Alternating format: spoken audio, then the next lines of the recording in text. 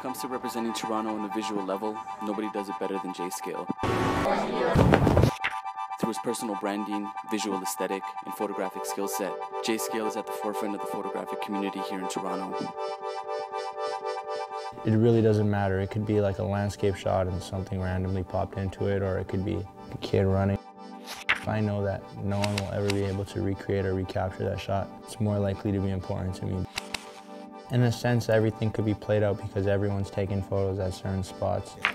Whether it's now or whether it was 20 years ago, people go to these spots because they look really cool. But I don't necessarily believe in played out spots. It's always changing, you know, something can happen, and as long as you're putting your own unique perspective on it and you're trying your best to make something special out of it, then power to you.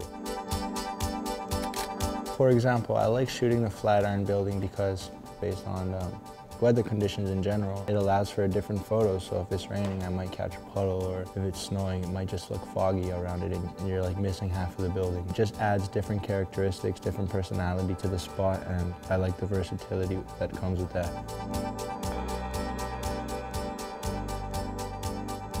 My name is Jamal, and on Instagram I go by J-Scale.